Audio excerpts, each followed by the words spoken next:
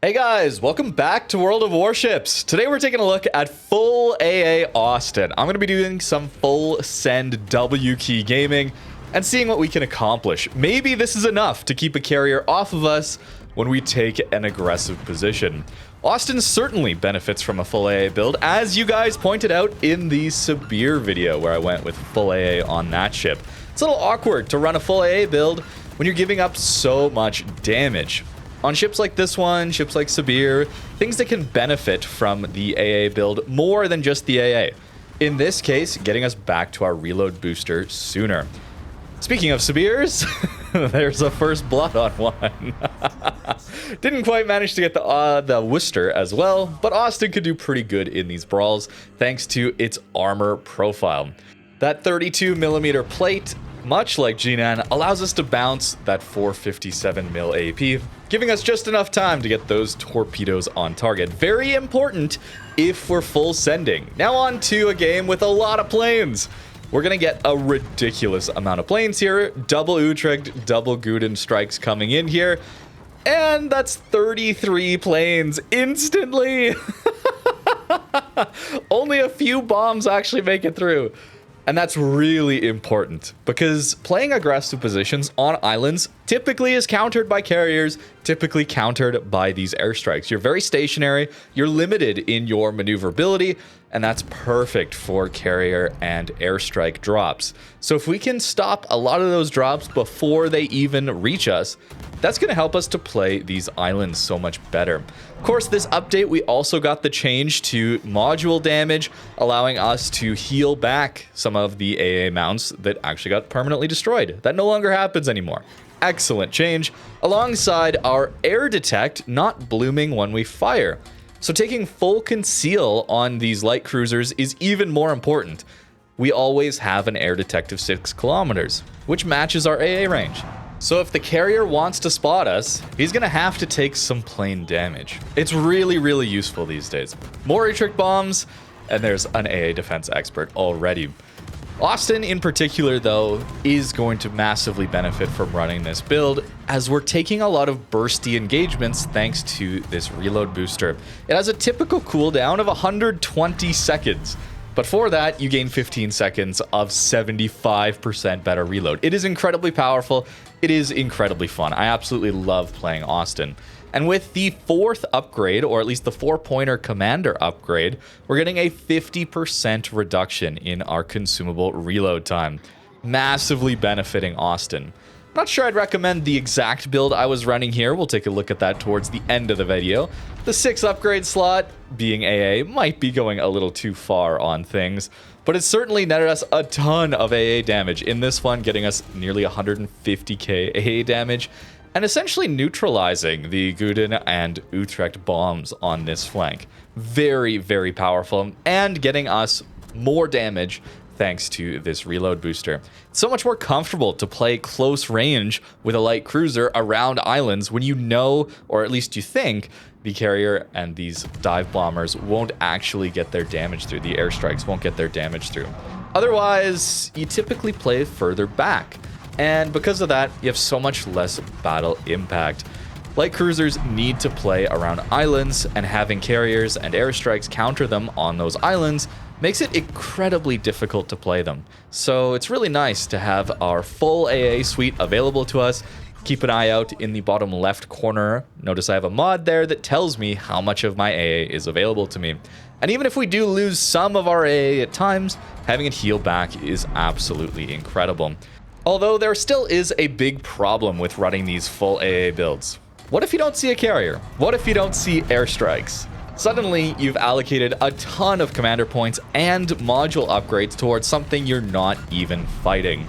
That's the main criticism of running these builds, and I don't have an answer to that. Unfortunately, it would be wasted points in those scenarios, and that does feel bad, which is often why we're recommending not running these full AA builds. They certainly work when you run them, but if you don't run into that carrier or those airstrikes, it's a massive downgrade to your ship's potential in those matches where they don't exist, which is unfortunate. So wargaming, maybe we could look into having multiple build setups that we could choose between at the very start of a battle.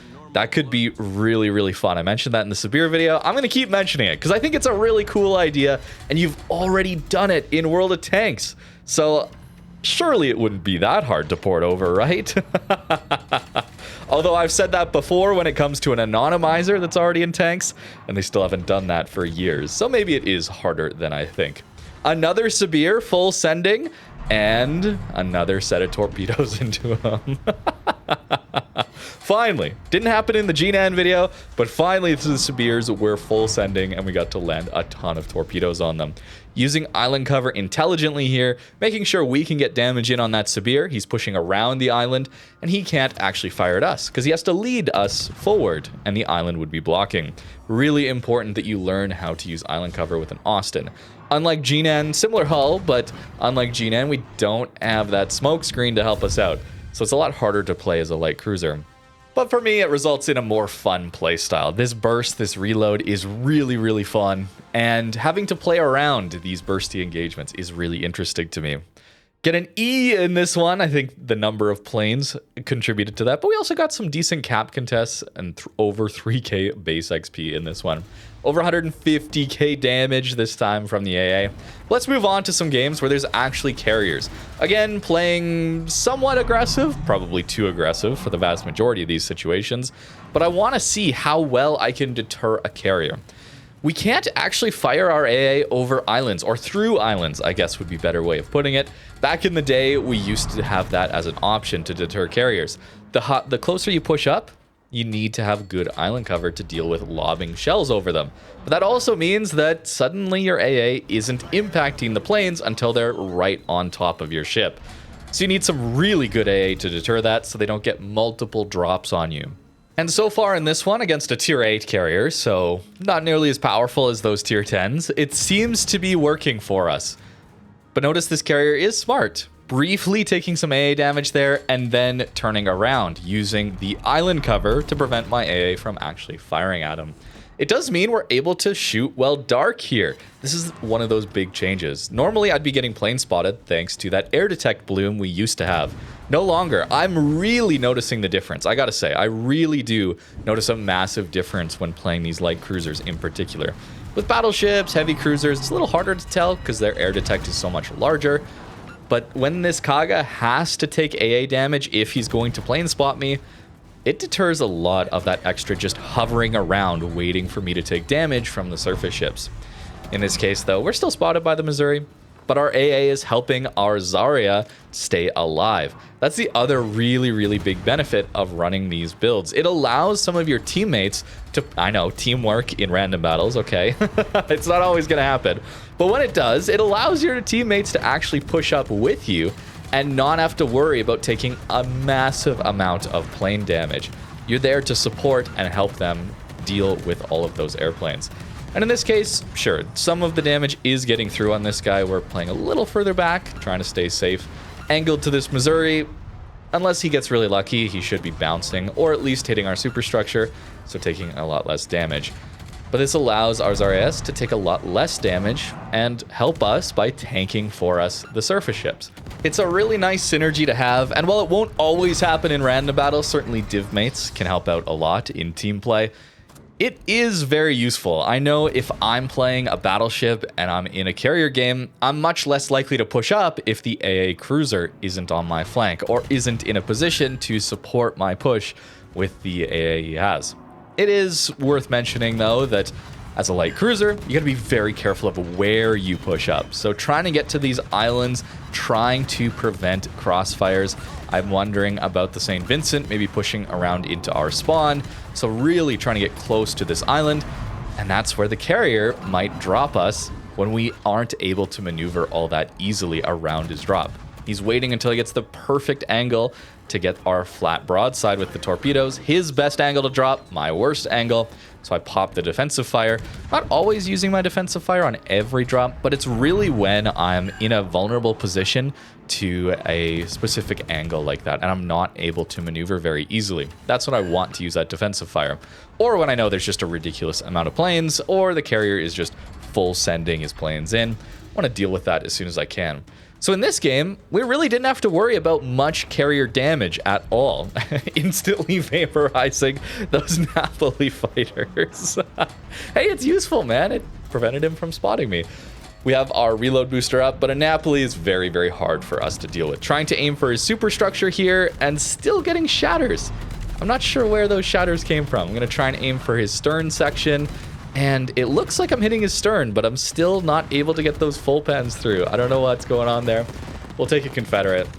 But this one is definitely over. Our team just evaporated in the south there. It happens. But it did let me have a decent amount of battle impact in the north and certainly protected most of my teammates up there from having a lot of carrier focus. Early game, you can push up and help your DDs a lot while preventing them from getting plane spotted so much.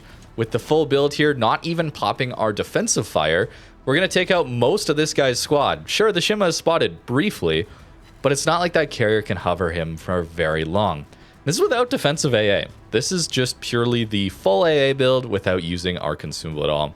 Richtofen, of course, does have weaker HP on his planes, but it's pretty cool to have that as an option. He's back. Unfortunately, in this one, I think you can already see the blowout starting to happen here. Or at the very least, this flank going poorly. Our Thunderer is actually who spawned with us up on our flank, and look at where he's at. I don't mean to call him out in particular, okay? It's just positioning is really difficult. Team play sometimes just doesn't exist in this game. But notice how we're dealing with these planes where otherwise, if we're plane spotted for too long, the carrier's just gonna allow all these surface ships a ton of time on target to actually shoot at us and take us out very quickly. I managed to survive for quite a while here, I'd like to think, given how few enemy ships or how few friendly ships we had against the vast majority of that enemy team. Nice RNG on those torpedo drops stacking on one another. And we get ourselves yet another AA defense expert. But this is the problem. Even with a full AA build, if a carrier decides to go after you, he's still going to get damage in on you. That's the unfortunate truth of the carrier and surface ship interaction. If the carrier is countered by an AA build, then they essentially do nothing. If a surface ship isn't going to shoot down planes, then they're essentially completely vulnerable and there's nothing they can do to a carrier. It's almost impossible to balance that interaction for wargaming. Either way you slice it, someone is feeling like they're playing a multiplayer PvP experience and there is no engagement. And that is why I think we need a complete reworking of the carrier interaction so there's actual player versus player engagement. Even with this full build, it's still just an automated system that I have no control over. The flak bursts, where they go, the damage that it deals, it's just automated aura damage to the carrier. And that just isn't engaging at all. It's not interesting to me and very frustrating. It's why I just dislike carriers with a lot of passion a lot of the time in this game. I try to keep it under control, but really, it is one of the worst parts about this video game. That and subs, but those two classes, man, it's a surface ship combat game, and the lack of interaction with those other two classes just really is frustrating. Even with a full build like this one, 99 on our AA defense, it's still very frustrating, and I'd much prefer games without it. As for this build, though, I wouldn't recommend you run with this, but I did, just to see what it would be like. That +2 flak explosions when your defensive fire is active, maybe helping us out quite a bit there, as well as the continuous damage buffs, but you really should be just running main battery mod here. I just don't want to give up that extra DPM. It's quite a lot. I felt it rather noticeable. Although running this build here on the commander seemed pretty good, honestly. Especially this skill here. 50% reduction to our consumable prep time. Very, very, very useful. And gun feeder allowing me to more easily swap between the HE and SAP. You notice me doing that even mid reload booster. This allowing me to not lose out on that bursty DPM, as well as it's a bit of a longer reload. And we still want to use that HE into superstructures that are more angled, as well as getting some of those fires early on. Consumable specialist also helping us get back to these very, very important consumables. Notice consumables enhancements not actually extending the duration of that reload booster, which is why I'm not running it here. Not running Superintendent feels weird, but you have 4 heals base on a ship like this one, and those heals are improved. They heal back like 18.5% instead of the standard 14% of your HP. So I didn't find myself typically needing that 5th heal. This, of course, is unlimited, and 4 defires, 3 hydros seem to be relatively enough. If we go back here to our armor layout, this is why the ship can get away with some of those brawls. If you angle it appropriately, people actually can't Citadel you at these angles, unless they overmatch 32 millimeters or have improved pen angles. That's the other one that could happen. But if I remove the bow here, sure, maybe they overmatch our bow and then they get through this because this isn't angled enough. But look at where our Citadel is behind that plate.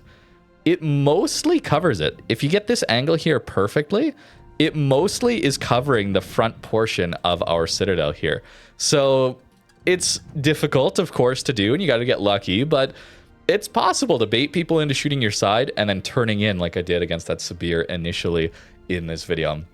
It's very risky, but it is fun to have that option, and certainly these torpedoes are absolutely excellent. You don't get as many as GNAN, of course, but they're pretty good in a pinch, and certainly 10.5 kilometers of range is very, very solid as well. But that's going to do it for today's video on Austin. Very, very good ship. Running full AA was interesting, certainly, and it did help. But the carrier interaction is still just so fundamentally broken that Wargaming really needs to rework it so there's actual player engagement. For now, it still is just automated systems combating automated systems, and that's never going to feel good in a PvP game. But let me know what you think in the comments down below. Thank you very much for watching, and have a great rest of your day.